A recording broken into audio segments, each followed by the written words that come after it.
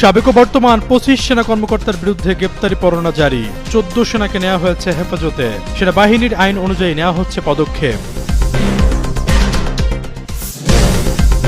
নির্বাচনে বিএনপির সঙ্গী হতে আগ্রহী অন্তর্বর্তী সরকারের 2 উপদেষ্টা। পর্দার অন্তরালে আসন ভাগাভাগির গুঞ্জন। জুলাই অভ্যুত্থানকারী ছাত্র নেতাদের তারেক রহমানের গ্রিন সিগন্যাল। নির্বাচনী জোটে এনসিপিকে কাছে চায় বিএনপি। পর্যাপ্ত আসন ও ভোটের লড়াইয়ে পূর্ণ সহযোগিতার নিশ্চয়তা চায় নাহিদ আক্তাররা।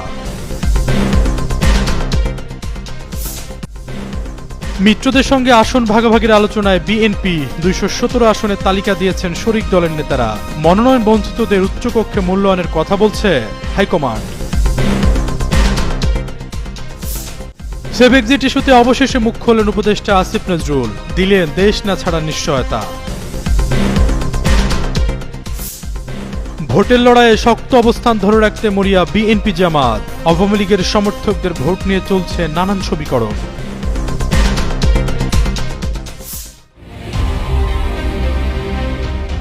মানবতা বিরোধী অপরাধের অভিযোগে সাবেক ও বর্তমান 25 জন সেনা কর্মকর্তার বিরুদ্ধে গ্রেপ্তারি পরোয়ানা জারি করেছেন আন্তর্জাতিক অপরাধ ট্রাইব্যুনাল। গত 8 অক্টোবর ট্রাইব্যুনাল এই নির্দেশ দেন। আগামী 21 অক্টোবরের মধ্যে তাদের গ্রেপ্তার করে 22 অক্টোবর ট্রাইব্যুনালে হাজির করতে সংশ্লিষ্ট কর্তৃপক্ষকে নির্দেশ দেওয়া হয়েছে। ইতিমধ্যে অভিযুক্তদের মধ্যে 14 জনকে হেফাজতে নেওয়ার কথা জানিয়েছে সেনা সদর। শনিবার সেনা সদর আয়োজিত এক সংবাদ সম্মেলনে এই তথ্য জানানো হয়েছে। সেনা সদরের সংবাদ সম্মেলনে মেজর জেনারেল মোহাম্মদ হাকিমুজ্জামান জানান, যেসব কর্মকর্তার বিরুদ্ধে চার্জশিট হয়েছে তাদের মধ্যে 14 জন বর্তমানে সেনা হেফাজতে রয়েছেন। 3টি মামলায় 25 জন সেনা কর্মকর্তাকে অভিযুক্ত করা হয়েছে। এদের মধ্যে অবসরে রয়েছেন 9 জন, এলপিআর 1 জন আর বর্তমানে কর্মরত রয়েছেন 15 জন।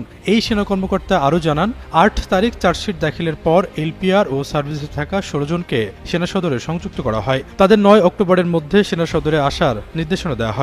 মেজর জেনারেল কবির আহমেদ ছাড়া বাকি 14 জন রেসপন্স করেছেন।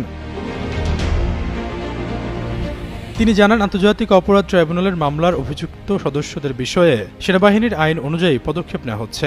সেনা হেফাজতে থাকা কর্মকর্তাদের ফ্যামিলি থেকে ডিসেন্স করা হয়েছে। মেজর জেনারেল কবির আত্মগোপনে গেছেন, তিনি যাতে বিদেশে চলে যেতে না পারেন সেজন্য তৎপরতা অব্যাহত রাখা হয়েছে।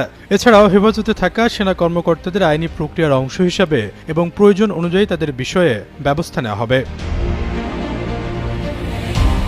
সেনাবাহিনীর এই কর্মকর্তা বলেন, গত মাসের 5 থেকে 11 অক্টোবর পর্যন্ত সেনাবাহিনীর প্রমোশন বোর্ডের কার্যক্রম চলাকালে মেজর জেনারেল থেকে ঊর্ধ্বতন কর্মকর্তারা একত্রিত ছিলেন। এই বোর্ড শেষে অনুষ্ঠিত হয় জেনারেল কনফারেন্স ও ফরমেশন কমান্ড